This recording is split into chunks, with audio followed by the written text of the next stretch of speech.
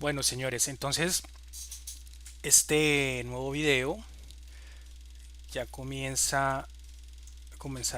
a mirar un tema nuevo, correspondiente, digámoslo así, a lo que sería el segundo corte del semestre. Estaríamos abordando el tema del crecimiento económico, ¿sí? Este fenómeno es un fenómeno económico que entraremos a analizar, es muy interesante. Y el objetivo, digámoslo, el objetivo de esta presentación es mostrarles un poco a partir de la evidencia internacional, los datos recientes, la evidencia empírica, el tema de la importancia de por qué es importante este fenómeno del crecimiento económico. Para ello, todos estos datos de esta presentación son extraídos del libro denominado de esa misma forma, se denomina Crecimiento Económico, de Robert Barrow y Salai Martin. Y hay una versión disponible en la biblioteca de la universidad en español. Voy a tratar de subir esta primera parte de la versión que tengo, está en inglés, pero digamos que más adelante que se pueda hacer uso de la biblioteca en la universidad para el que quiera profundizar en estos temas, le recomendaría ese libro, es bien interesante, bien completo también. Entonces, iniciamos para explorar esto de la importancia del crecimiento económico. Pongamos tres países hipotéticos. Está el país A, que crece una tasa del 1,8% anual. El país B, que crece una tasa 0,8 anual, 0,8%, y el país C, que crece al 2,8%. Si ustedes miran, casi que cada uno se diferencia apenas en un punto porcentual. Esto como sería como la tasa de crecimiento. Y vamos a mirar que todos inician en el año 1870 en $3.340 per cápita. Cada uno de estos tres países inicia, inician iguales en el año 1870. Entonces, lo que observen, quiero que observen es que a partir de estos datos simulados, no puede llegar a que en los 2000 el país A, creciendo para ese periodo de 130 años, un siglo y 30 años, ¿sí? Pasa de tener una renta per cápita de 3.340 a $33.330 en 2000. Ustedes hayan visto que la renta per cápita es dividir todo el valor agregado, todo el PIB o toda la renta sobre el total de la población. Es como un valor promedio de lo que le corresponde en promedio a cada habitante de ese país o esa economía, ¿sí? Noten que entonces el PIB per cápita en 2000 para el país A ya es 10 veces la magnitud con la que inició en 1870. Y entonces noten que la renta se multiplicó por 10. ¿Qué implica esto? En que se incremente por 10 la renta, pues incrementó, y esto está en medio en términos reales, y digámoslo que de alguna manera en dólares de 1996, ahora vamos a ver por qué. Pero lo interesante aquí es también observar la importancia del incremento de esos niveles de renta implica necesariamente, y al estar medio en términos reales, es la mayor capacidad que tuvieron los ciudadanos de ese país para adquirir bienes y servicios, dada, o sea, es como que su capacidad de adquisición de compra de bienes y servicios se haya multiplicado por 10, o decir, de alguna manera 10 veces más ricos en el sentido común, ¿no? Hablarlo en el lenguaje normal, es como decir 10 veces más rico, nótenlo acá. Y hay en un país B que crece a 0,8%, pues llegaría en el 2000 a $9.450 per cápita. Y esto apenas equivale para el país B a esa tasa de apenas el 2,8%, ¿sí? O sea, casi triplica su nivel de renta. Y noten que entonces la diferencia apenas es de un punto porcentual entre el país A y el país B. Y la diferencia entre el menor tasa de crecimiento que es el país B con respecto al C, pues es 2.8, 2 puntos porcentuales, 2.8%. Cada uno, pues la diferencia es un punto porcentual. Y ahí si tiene una tasa el país C de 2.8%, partiendo de igual manera en 3.340 dólares, 130 años después, un ciudadano de ese país va a tener una renta per cápita de 127.000 dólares anuales. Y esto, noten aquí el tema interesante, es que este nivel de renta para el país C es 38 veces, ¿sí? El nivel de renta inicial en 1870. Entonces, no, lo primero que quiero que noten es cómo a partir de estos datos tan pequeños, que son tasas que aparentemente uno diría, ¿no? Pero son tasas pequeñas, cuando uno las analiza en unos lapsos de tiempos muy largos, pueden llegar unos resultados que a cualquiera le llamaría la atención mirar esos cambios en las magnitudes. ¿Sí? Y eso es precisamente lo que se encarga de estudiar el crecimiento económico. Esas son 38 veces con respecto al PIB per cápita que inició en 1870, o también es 3.8 veces lo que logra el país A en el 2000. ¿Sí? Estos 127.000 dólares también pueden ser vistos como 3.8 veces más lo que logró el país A en el 2000, ¿cierto? Y noten que eso le costó al país B 130 años apenas lograr 3 veces más por esta tasa del 0.8%. Entonces eso es lo que hace, lo que llamó la atención de los investigadores, de los economistas por allá en la década del 50. Por ahí en esa década del 50, entre el 50, después de la Segunda Guerra Mundial, el 50, el 60, se dieron cuenta de que pues las economías venían creciendo sostenidamente a tasas, digámoslo, de largo plazo del 1.8%, más o menos, o más o menos por acá. Eh, Resulta que a pesar de que estos datos pueden ser simulados, o el autor del libro los toma simulados, pues se ajustan muy bien a la realidad de ciertos países. Por ejemplo, el país B, la tasa del 0.8% se ajusta muy bien al desempeño que tuvo India con una tasa de 0.64 en el mismo lapso de tiempo. O sea, esto es medido con datos reales. O sea, estos ejemplos hipotéticos o contrafactuales se pueden evidencia muy bien los resultados y los desempeños de ciertos grupos de países que se observaron en la realidad durante este mismo periodo, o más o menos durante estos mismos periodos de 100 años, de un siglo. Entonces, digamos que el país B se asemeja mucho al ejemplo que tuvo India, de una tasa del 0.64%, Pakistán con una tasa del 0.88%, y las Islas Filipinas con 0.86%.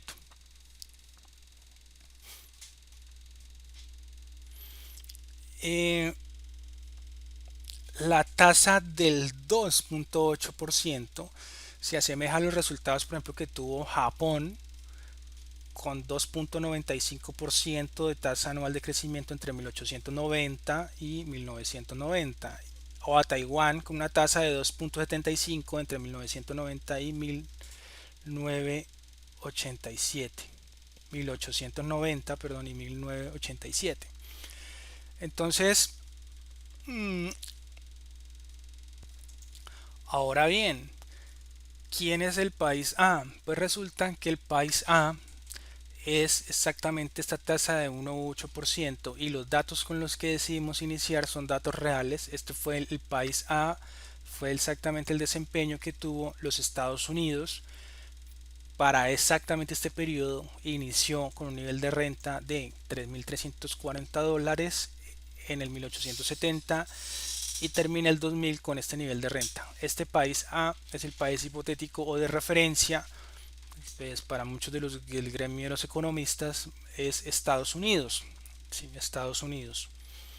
Eh, Si Estados Unidos mmm, en el 2000 es el segundo país con el PIB per cápita más alto en el 2000, ¿sí? Es el segundo país más rico, seguido de otro país, pero que digamos ese otro país que ocupa el primer lugar, creo que era Luxemburgo, pues también lo ayuda a este primer país, era por el tema de una población pequeña, pero en el caso de Estados Unidos era el segundo país más rico del mundo en el 2000. Si no hubiese crecido a una tasa del 1,8, sino que hubiese crecido, por ejemplo, a tasa de 0,8%, eh, resulta que en 2000 no sería el segundo país más rico del mundo, sino que estaría ocupando el puesto 45 en 350 países. Sería semejante a México o a Polonia con un desempeño regular. ¿Sí? Tendría y se aproximaría más bien a estos niveles de renta de $9,450 en el 2000. Entonces, eso es para mirar más o menos el tema de las implicancias que tiene fundamentalmente este indicador de tasa de crecimiento. Y para datos pequeños mirados en el largo plazo, puede llevar a unos cambios drásticos e importantes e interesantes.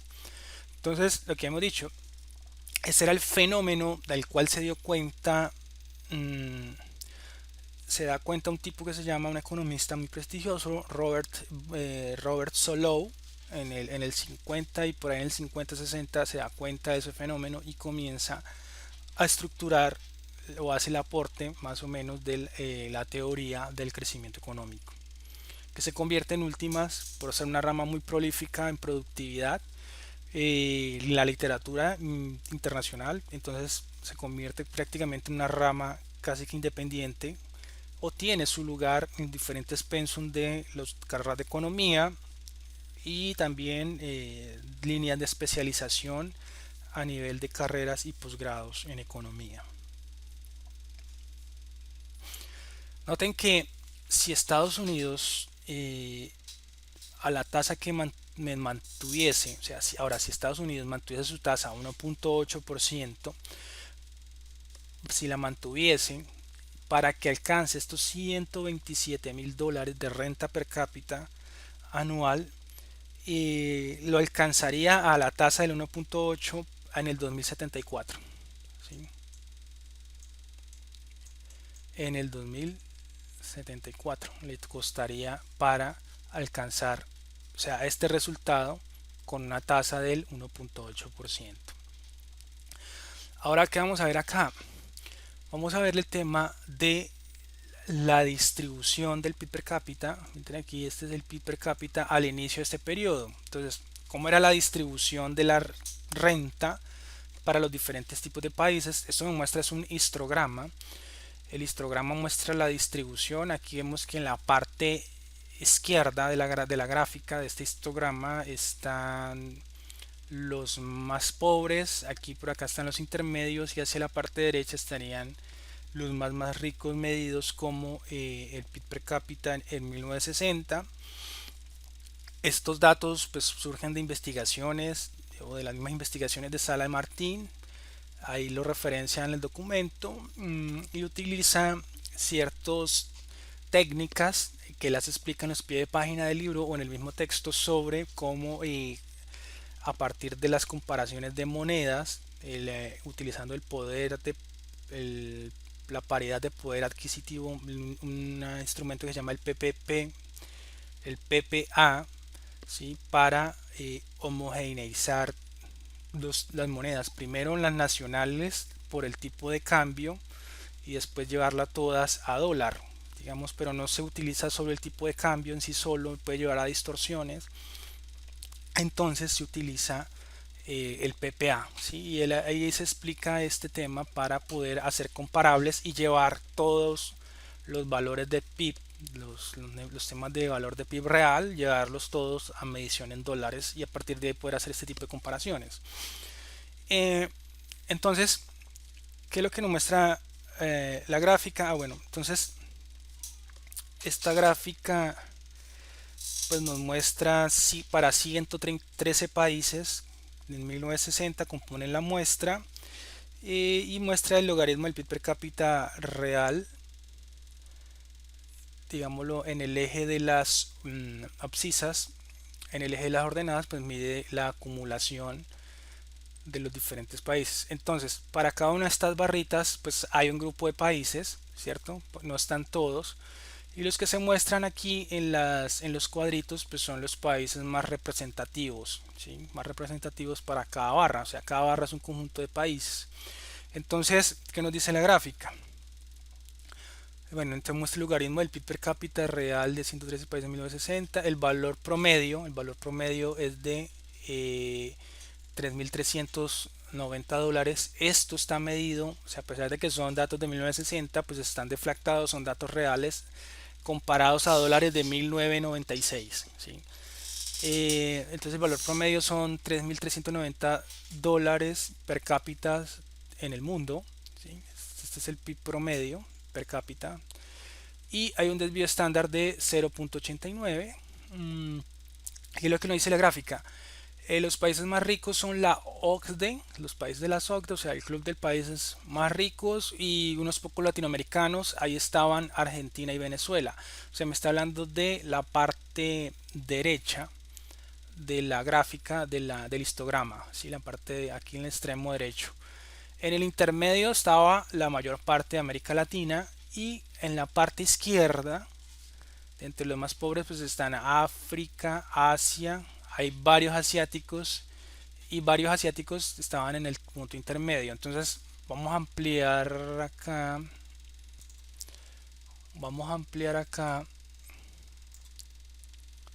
Entonces aquí vemos, aquí está Suiza, Australia y Estados Unidos, Canadá, Germania y Reino Unido. Noten por acá está Argentina, Venezuela, también en la parte derecha, ¿cierto? Es como extraño que en el 1960 aparecieran estos países como de los más ricos del mundo.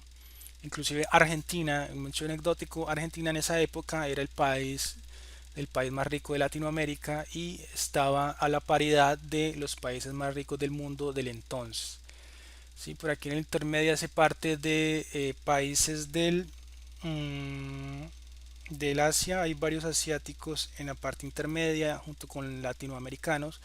Y en la parte sur, o sea, en la parte izquierda, los más pobres, pues mira, acá están Tanzania, Pakistán, Uganda, Congo.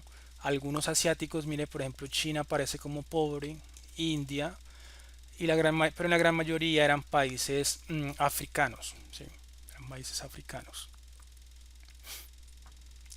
Luego vemos cómo era la distribución de la riqueza de la renta en el 2000. Entonces, aquí que nos dice el logaritmo del PIB per cápita real de 113 países. Aquí la muestra se agranda a 113 países en el 2000. El valor promedio es de 8.490 dólares. Comparen que el promedio mundial de PIB per cápita de 8.490 a 3.000, que lo duplicó y algo más. No tenés esto que se incrementó el PIB per cápita durante ese intervalo de tiempo. Y el desvío estándar también se aumenta a 1.12. O sea, el desvío estándar, nótenlo como la anchura, digamos, de esta distribución. Nótenlo de esta manera. Si ustedes lo ven como una distribución normal, se hace más gruesa la campana. O sea, aquí eso explica el incremento del desvío estándar de 0.89 en 1960 a 1.12. Se incrementó la anchura o la dispersión. Quiere decir que estaríamos en un mundo más desigual. Si se aplica ese desvío estándar a los niveles de renta, de PIB de una economía, lo estábamos viendo como una medición de la desigualdad económica. Es decir, hay países más ricos y hay unos pobres más pobres. Eso más o menos me está diciendo ese desvío estándar, digámoslo así, un análisis rápido. Entonces, ¿qué tenemos? Que los países más ricos continúan siendo la OCDE, el Club de los Países Ricos, o lo que es Europa, Estados Unidos, Canadá, Australia, ¿sí?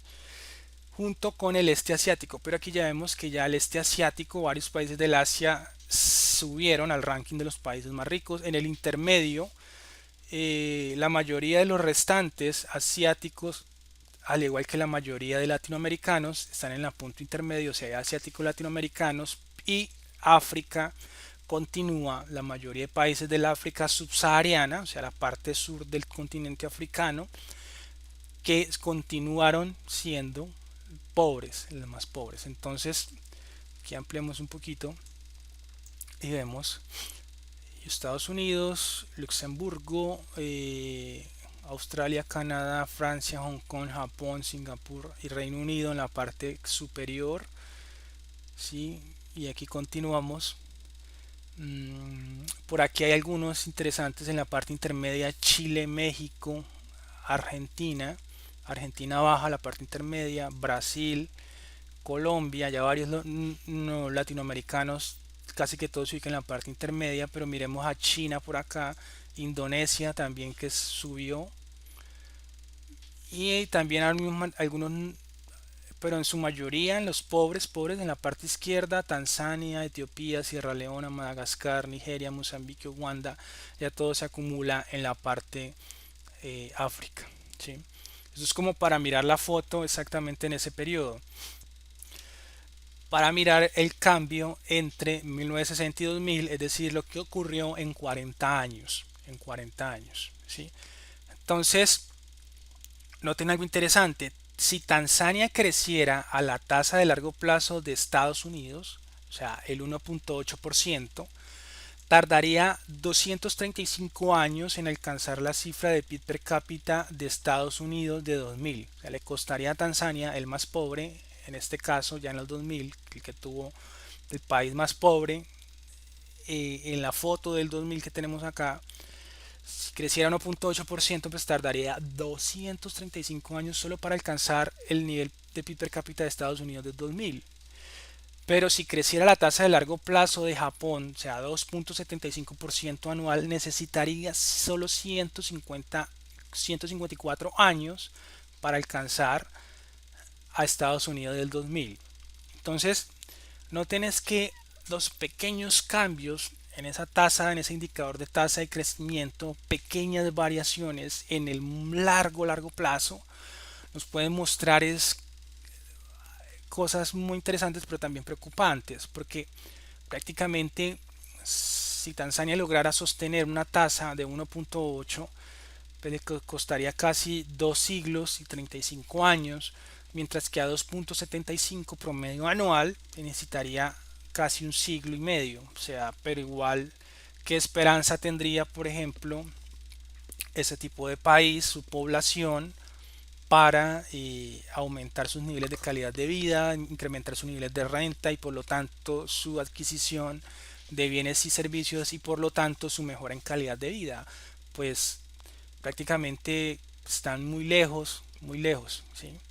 Eso también tiene implicancias en el tema de la distribución o el distribución intergeneracional o los saltos intergeneracionales, es decir, que para ese país como Tanzania no hay ninguna esperanza en que, si por ejemplo en mi caso, si yo decidiera engendrar hijos, pues es muy probable que en el largo plazo, si yo soy pobre, mis hijos continuarían siendo pobres y mis nietos continuarían siendo pobres.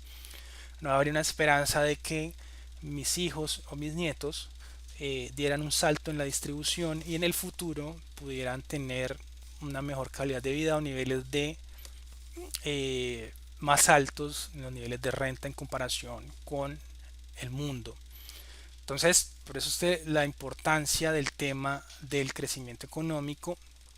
Esto mira los niveles o cómo está distribuido el tema de la riqueza en dos momentos de tiempo en el mundo, en el 1960 y en el 2000. Ahora, para eso entonces, para mirar estos dos resultados, ¿qué pasó? ¿Qué pasó entre 1960 y qué pasó entre 2000? ¿Por qué África se quedó? O sea, entre 60 África no progresa, se queda, y en el último, en el 2000, acumula toda su población. Todos los países del África terminan acumulados en la parte inferior izquierda, es decir, los países más pobres. por qué algunos países del este asiático lograron pasar de ser pobres a la parte intermedia, o sea, la parte izquierda, la parte centro de la distribución en el 2000, ¿cierto? ¿Por qué, por ejemplo, países como Argentina, Brasil o Argentina y Chile, que estaban en la parte superior con los países ricos, Argentina y Venezuela, perdón, terminan desplazándose a la parte centro de la distribución, y otros como China, Filipinas, Indonesia salen de la parte izquierda hacia la parte centro? O sea, para entender estos movimientos, y también porque los ricos pues terminan siendo, o sea, los de la OCDE o CDE, pues estaban en la parte superior y continuaron en la parte superior. Entonces ahora para mirar, para entender un poco eso, pues tocaría mirar la tasa de crecimiento para esos países, que eso es lo que nos muestra este gráfico, este histograma, es donde están ubicadas. Lo que nos mide ahora el eje de las abscisas es la tasa de crecimiento per cápita entre 1960 y 2000, para mirar, tratar de entender un poco los resultados anteriores. Entonces, aquí que nos dice la gráfica, la República, por ejemplo, la República Democrática del Congo tuvo un resultado muy malo en la tasa de crecimiento. Fue una tasa de crecimiento negativa para esos 40 años de menos 3.2%. 40 años, o sea, registró tasas de crecimiento negativas. Y el que mayor obtuvo tasas de crecimiento promedio durante ese periodo fue Taiwán con 6.4%, una tasa excepcionalmente alta. Taiwán multiplicó con esa tasa, multiplicó su PIB per cápita real por 13, o sea, 13 veces, desde un PIB per cápita de $1.430 en 1960 a $18.730 en 2000. ¿Sí? En cambio, mira los contrastes, ¿no? Entre Taiwán, el que mejor obtuvo desempeño durante sus 40 años, y la República Democrática del Congo, para mirar el contraste, pasa de $980 per cápita a simplemente $320 entre 1960 y 1995. ¿Qué implica esto? Pues es una disminución en términos reales de 70% en términos reales. ¿Sí? O sea, este país puede ser contraintuitivo a lo que uno mira en todo lo que pasó en la mayoría del resto de países. En lugar de incrementar sus niveles de renta, termina disminuyéndolo de una forma dramática. No puede decir qué pasó con la República del Congo. ¿Qué explica eso? ¿Qué explica por qué esa tasa de crecimiento negativa que llevó en el largo plazo, que lleva a que disminuyan sus niveles de renta tan drásticamente, casi que, es decir, volvieron a su población en 40 años 70% más pobres? Eso sería inaudito para unos gobernantes, para un gobernante, pues, salir con estos tipos de resultados. O como la población, no sé qué estaría pasando y con la población que también soporta ese tipo de cosas. Noten esto, el 38 países subsaharianos, o sea, toda la parte sur del continente africano, han registrado tasas de crecimiento de 0.6% anual, o sea, unas tasas muy bajas. En un periodo de 40 años, un país subsahariano típico vio multiplicado su PIB per cápita en tan solo 1.3 veces. O sea, apenas 30% se incrementó su renta en 40 años. Y digámoslo, esto muestra un poco las disparidades del tema con respecto, o sea, que lo que va a explicar mucho estos temas de los niveles de renta entre periodos de tiempo largos es, toca mirar la tasa de crecimiento económico. Miremos acá, dentro de los que más altas tasas de crecimiento tienen, superiores al 5%, acá Hong Kong, Taiwán, Singapur, lo que llaman los denominados tigres asiáticos, Surcorea, lo del milagro asiático, Tailandia, Botswana, Cyprus, China, Japón, Portugal, ¿sí? Y así sucesivamente. Entonces, para todo lo que hemos dicho, pasemos a las conclusiones. Si queremos entender por qué los países tienen niveles de vida tan distintos, tenemos que entender por qué los países tienen tasas de crecimiento a largo plazo tan distintas, ¿cierto? esta foto que es contundente para mirar las grandes diferenciales en cuanto a resultados de tasas de crecimiento en un periodo de 40 años, por ejemplo. Entonces, pequeñas diferencias en las tasas de crecimiento acumuladas a lo largo de 40 años o más tienen unas consecuencias sobre los niveles de vida mucho más importantes que las fluctuaciones del ciclo económico a corto plazo que tradicionalmente han recibido la atención de los macroeconomistas. Entonces, aquí viene como una especie de pelea ideológica interna entre resaltar la importancia del crecimiento económico, que es lo que se denomina, cuando uno analiza este tema del crecimiento económico, estamos hablando del largo plazo.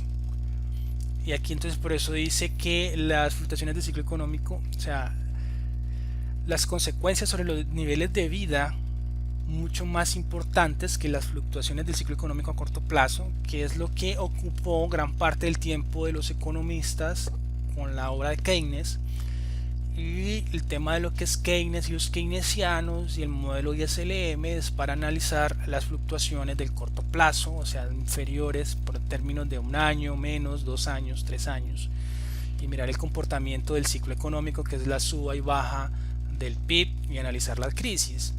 Ese es el tema de las fluctuaciones del ciclo económico a corto plazo, en contraposición con el tema de largo plazo, que es lo que nos vamos a ocupar ahora del crecimiento económico. Entonces, si podemos entender cuáles son las medidas de política económica que influyen en las tasas de crecimiento a largo plazo, por pequeña que sea dicha influencia, podremos contribuir mucho más a la mejora de los niveles de vida que las aportaciones hechas en toda la historia del análisis macroeconómico. Entonces, aquí es resaltando el autor la importancia del tema del crecimiento económico. Entonces, una cosa digamos sería ver el resultado del país en un momento dado, ¿cierto? A nivel país, y analizar todo en términos agregados, pero la pregunta interesante sería cómo se ha comportado la distribución interna de esa variable, en este caso del PIB per cápita a nivel mundial. ¿Cómo ha sido la distribución interna de esa variable? Entonces, es una pregunta importante, como la dicotomía crecimiento económico, desigualdad. O sea, lo que es claro es que primero ha ocurrido un crecimiento económico importante para la mayoría de países, y esto lo que nos muestra es esta gráfica, el PIB per cápita del mundo promedio entre 1970 y 2000. Lo que uno observa es que ha ocurrido un crecimiento constante en los niveles de PIB per cápita en la población mundial durante toda la década de 1970, de la década del 70 hasta los 2000. ¿Sí? Ha ocurrido el incremento sostenido en los niveles de renta per cápita real. Es decir, uno podría decir aquí, analizando estos promedios, que pues toda la población ha experimentado una mejora en los niveles de calidad de vida, de adquisición de bienes y servicios, y en una medida uno puede decir no, pero los promedios pueden ser algo, toca mirarlo con cuidado, los promedios, no llegar a conclusiones, tocaría mirar si efectivamente, a pesar de que ha habido un crecimiento, si todas las personas se han beneficiado en toda la parte de la distribución de la renta, es decir, si eso implica también que los pobres hayan incrementado sus niveles de renta a la par con los más ricos, o los más ricos simplemente son los que están creciendo y están jalando sus niveles promedio de PIB per cápita, ¿cierto? O ciertos grupos de países promedio están jalando los niveles de renta per cápita, mientras que otros grupos de países o otros grupos de población se estancan y se vuelven cada vez más pobres. Entonces, hay una dimensión importante asociada a los temas de crecimiento, que son los temas de la desigualdad económica. Es decir, si a mayor crecimiento ocurrirá que se acompaña de mayor desigualdad, y para medir este tema el autor dice, bueno, pues para contrastar ese tema, si ha ocurrido un mayor crecimiento acompañado de una mayor desigualdad, tendría que haber un número un incremento en el número de personas por debajo de un umbral de pobreza, es decir, tenía que haberse incrementado el número de pobres a nivel mundial. Entonces, ahora sí, para eso, para contrastar ese tema, pues tendremos que mirar la distribución de la renta a nivel mundial. Y esto que ustedes ven aquí en esta gráfica es más o menos un histograma, pero a nivel de, no de barritas, como sería un histograma, sino a nivel de una línea continua. Pero es la información similar a un histograma. Y aquí nos muestra los niveles de renta per cápita, ¿cierto? Niveles de renta en el eje de las abscisas, y el nivel de las ordenadas pues es el acumulado de personas, acá en el eje de las ordenadas. Esta línea vertical es lo que uno definiría como el umbral de pobreza, $1 diario, ¿sí? O sea, a una persona que tenga ingresos por debajo de $1 diario es considerada pobre. Esto mediante metodologías de lineamientos del Banco Mundial, y hay una serie de discusiones muy interesantes acerca de estos temas, de si es relevante o no establecer ese tema de línea de pobreza así o no, pero el tema es que lo hace muy fácil para comparación en niveles internacionales, poner esa línea establecida por entidades multilaterales. Esto para 1970, la más gruesa es el mundo en 1970, y ustedes ven aquí que hay una proporción importante. O sea, lo que ustedes ven acá, toda esta área sombreada acá, vamos a hacerlo así rápido, habla de la densidad de la población pobre en el mundo, ¿cierto? Toda esta área de aquí de la parte izquierda de la gráfica implica es el número de personas pobres en el mundo que devengarían en 1970 por debajo de $1 diario, ¿sí? Esto es para el mundo, pero también vemos que hay una gran parte de la población de China que también está por debajo de la India. En la India también. Noten, por ejemplo, la población de Estados Unidos está muy a la derecha, o sea, casi que no tiene población, o es muy poca la densidad de población que está por debajo de $1 diario. Miren, entonces está por acá Rusia, la URSS, Japón, ¿cierto? Entonces, esta es más o menos la distribución de los niveles de renta de la población en países del mundo y en el mundo. Ahora miren la misma foto en el 2000, ¿cierto? ¿Qué notan acá ustedes en el área? Miren que ahora el área está por acá, es decir, ha ocurrido que a nivel mundial las personas que devengan $1 diario es mucho menor, ¿cierto? Es mucho menor en el mundo hoy. Y noten qué ha ocurrido con China y con India. Es decir, empezando por mirar ustedes la distribución del mundo, toda se corrió a la derecha, y en especial China y la India, también las distribuciones se han corrido a la derecha. Es decir, según el autor, mucha población ha salido de la pobreza. Entonces, todo esto es basado en investigaciones, un trabajo bien excepcional que ha hecho Sala y Martín con respecto a homogeneizar toda la parte de los datos disponibles de diferentes países y trabajar con estos datos a escala mundial.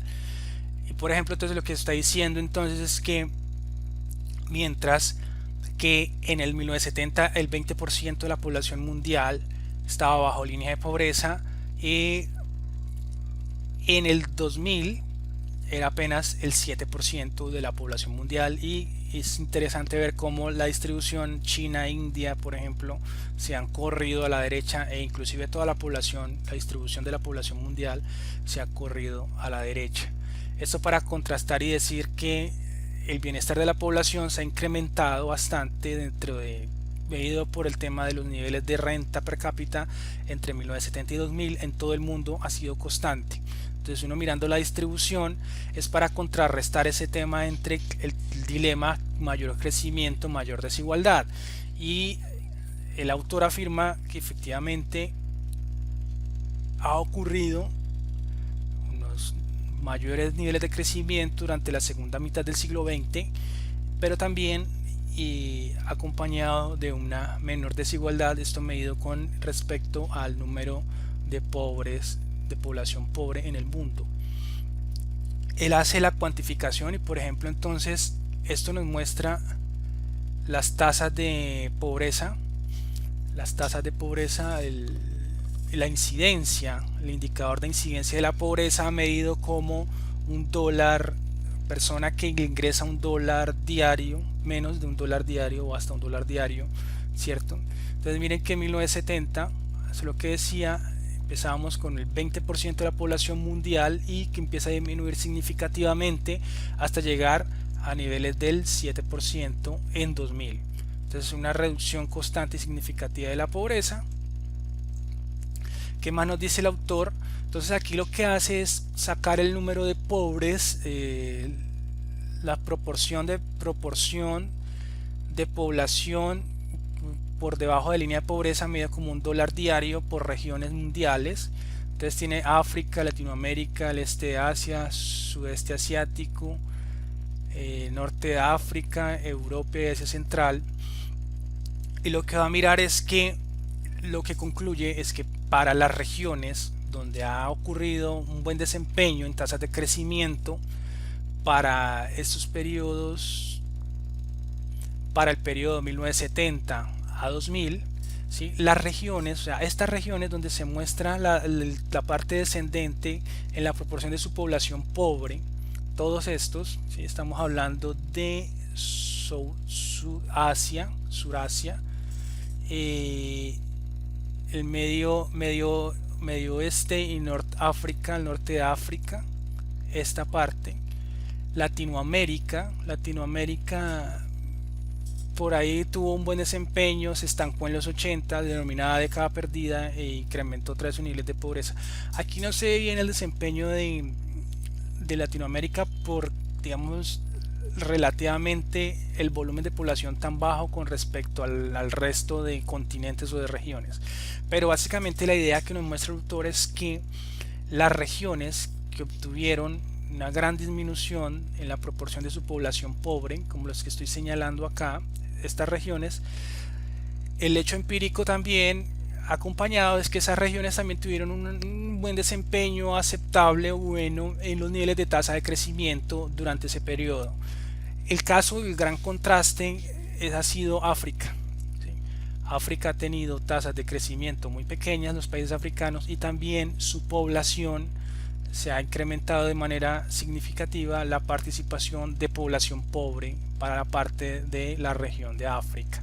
Entonces esto para contrarrestar, o sea, contrarresta la hipótesis o el dilema entre mayor crecimiento y mayor desigualdad, y Sala y Martin hasta ahí dice que no, comprobado empíricamente con esta información.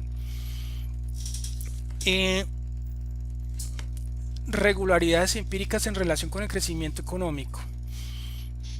Hay un tipo que se llama Kaldor que enumera una serie de hechos estilizados que en su opinión tipificaba el proceso de crecimiento económico. Entonces, la producción per cápita crece en el tiempo y su tasa de crecimiento no es decreciente. Este hecho empírico, esta tipificación empírica 1, es la que hemos analizado en toda esta parte de la presentación.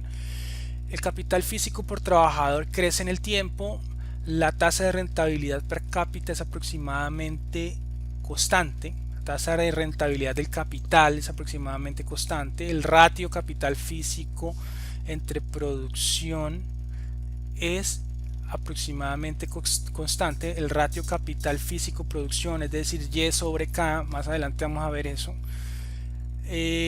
Las participaciones de trabajo y capital físico en la renta nacional son aproximadamente constantes y las tasas de crecimiento de la producción por trabajador es muy distinta en los distintos países. Entonces, lo que uno delata de estos hechos estilizados que tipifican el proceso de crecimiento económico según Kaldor Pues aquí lo que uno muestra de evidencia es subyacente a estas características. Está describiendo, por ejemplo, el problema del tema de la Cobb-Douglas, de la función Cobb-Douglas. Exactamente estos hechos estilizados los va a coger, no sé si fue antes o después en la historia del pensamiento económico, pero ahí me está enumerando las características de la función de producción de Cobb-Douglas, ¿sí? De la rentabilidad del capital constante, las participaciones del capital, como ya habíamos visto, las participaciones del capital y la renta constantes en el producto, etcétera.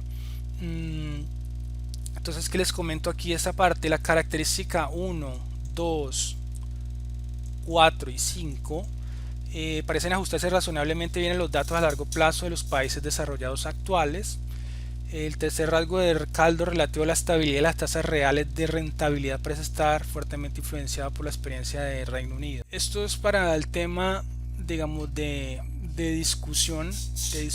Hay unos temas referentes con respecto a estos hechos estilizados. Cada uno de estos pues ha tenido su campo en la literatura tanto teórica como empírica que es necesario entrar a mirar, o digamos no, entrarían a mirar en un curso exclusivamente dedicado al tema de crecimiento económico. Digamos, esto es como para dejarles ahí una breve introducción. Hay una gran cantidad de datos, digamos, como lo había dicho anteriormente, es un tema muy prolífico, demasiada producción en la literatura nacional e internacional con respecto a estos temas y fundamentalmente también en la literatura empírica. ¿Qué más les cuento de esta historia? Entonces inicia con Robert Solow en el 50. Él se da cuenta de estas regularidades empíricas y dice, bueno, porque estas tasas de crecimiento sostenidas para los países desarrollados, y comienza a desarrollar un modelo que explique eso. Eso es lo que vamos a entrar a mirar ya en la segunda, después de esta presentación. El modelo clásico o con el que inicia esta rama de la teoría económica se llama el modelo de Solow, y ya después de Solow, que en 1960 saca su paper y es una contribution de economic growth. Después de eso vienen, tanto por parte de él, unas nuevas versiones o actualizaciones o mejoras, digamos, en la parte teórica del modelo. Viene otra cantidad de autores que critican el modelo o proponen extensiones, modifican el modelo, etcétera. Lo que más o menos cuenta la historia, esto lo cuenta Sala y Martínez, que el tema del crecimiento económico se vuelve muy teórico, se vuelve muy teórico, formal, matemático. O sea, se concentran mucho en la parte de la estilización matemática y por lo tanto comienzan a surgir modelos muy complejos después. Entonces, dada ese refinamiento matemático que se hace mucho más complejo, lo que hace es que al último se vuelvan en alguna medida inaplicables los modelos de crecimiento económico, ¿sí? esos grandes desarrollos teóricos, y terminan quedándonos en el abandono por ahí en el 70 más o menos, con la crisis del petróleo. Muchos economistas terminan abandonando el intentar aplicar estos modelos después del de Solow y los desarrollos posteriores, que se vuelven muy complejos, complicados. Pero posteriormente llega a resurgir nuevamente después, 15 años después, y comienza a resurgir nuevamente por unos trabajos de Robert una serie de autores que reviven el tema del Romer es uno de ellos, ¿sí? Robert Lucas y otra serie de autores pues toman a revivir el tema. Pero ¿qué implica hay unos autores que lo ponen como que ponen el tema en el centro de la mesa con unas contribuciones teóricas nuevas, pero ¿qué ocurre? Llama la atención de muchos investigadores, pero ya que por la época en que ocurre, que eso es en los 80, ya hay desarrollos de los computadores, ya hay desarrollo de los sistemas, de las computadoras, etcétera. Hay unos desarrollos ahí interesantes que llaman la atención de los autores. Hay una gran cantidad de datos y a partir de ahí estalla una producción de la literatura y un interés impresionante por estos temas que llevan a que no se tomen tanto, inclusive se devuelvan aún más al tema clásico, el desarrollo económico, entonces a mirar otra vez solo, pero a tomar de esa rama, de la rama del crecimiento económico, los modelos más sencillos, los modelos empíricamente aplicables con los datos. Entonces a partir de ahí comienzan a coger todos esos modelos teóricos, digámoslo, no los muy difíciles ni muy ladrilludos, sino los más fáciles, los más entendibles, los más refinados, y comienzan a aplicarlos con datos reales, porque ya por ahí hay una gran cantidad de datos para todos los países. Ya están funcionando el sistema de cuentas nacionales de todos los países, cada vez mejores, desde que tienen una gran disponibilidad de datos, y lo que hace es que estallan una cantidad de aplicaciones empíricas y se hace muy productivo y se hace un tema llamativo, un tema que llama la atención de todas las personas, inclusive hasta hoy. Escribir un paper sobre eso pues llama la atención y vende mucho. Hacer una investigación, escribir un paper. En últimas, eso va a terminar desarrollando una nueva rama de la ciencia económica que se llama la economía del desarrollo o el desarrollo económico, que es prácticamente ver aplicaciones empíricas de los modelos de crecimiento económico. Y esa es una rama casi que aparte, pero muy ligada al crecimiento económico de la economía. Entonces hasta aquí esta primera entrega.